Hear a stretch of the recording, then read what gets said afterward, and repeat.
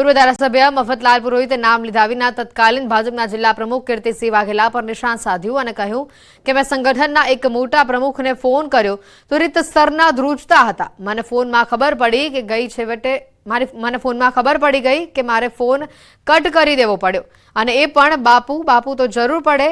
ભારત માતાને પોતાના માથા આપી દીધેલા તમે એ સમાજના અને આવી રીતે ડરો છો તેવું પણ જણાવ્યું. વધુમાં કહ્યું કે આપણે યોગીજીના બટેંગે તો કટેંગેના સૂત્રને વળગી આગળ વધવાનું છે. 21મી જાન્યુઆરીએ જન આક્રોશ સભા યોજાશે. મેં ફોન કર્યો સંગઠનના મોટા પ્રમુખને, ધ્રુજે ફોન રિસર મને અનુભવ થાય. મેં કીધું તમને કઈ થાય ન જાય બંધ કરી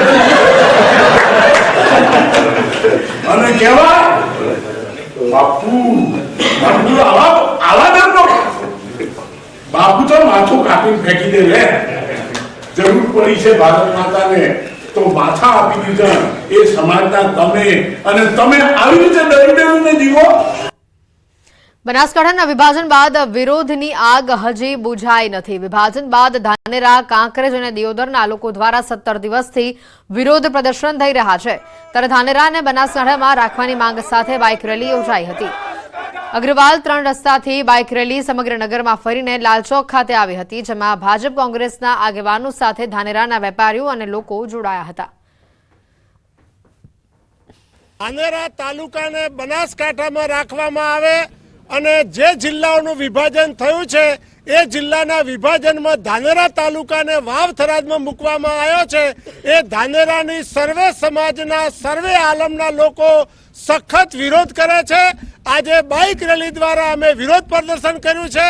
અમારે તમામ સગવડ સુવિધાઓ એ માત્ર ને માત્ર પાલનપુરમાં રહેવાથી જ સચવાય છે. ધાનેરા શહેરમાં આ બાઇક રેલી દ્વારા એક મેસેજ પહોંચાડ્યો છે કે સરકાર જે ઘન નિંદ્રામાં ઊંઘી છે અને આ ધાનેરાને વારંવાર નુકસાન કરવાના જે પ્રયત્નો થઈ રહ્યા છે એને બંધ કરી અને જાગૃત બની અને ધાનેરાને બનાસકાંઠામાં સમાવી રાખે. ધાનેરા તાલુકા હિતરક્ષક સમિતિ દ્વારા બાઇક રેલીનું આયોજન કરેલું હતું અને બાઇક રેલી સમગ્ર ધાનેરા શહેરમાં ફરી અમારો સંદેશો અમે એ આપવા માંગીએ છીએ કે 21 તારીખના રોજ 21/1/2025ના રોજ મંગળવારના દિવસે મામા બાપજીના મંદિર જોડે જન આક્રોશ સભા રાખેલી છે.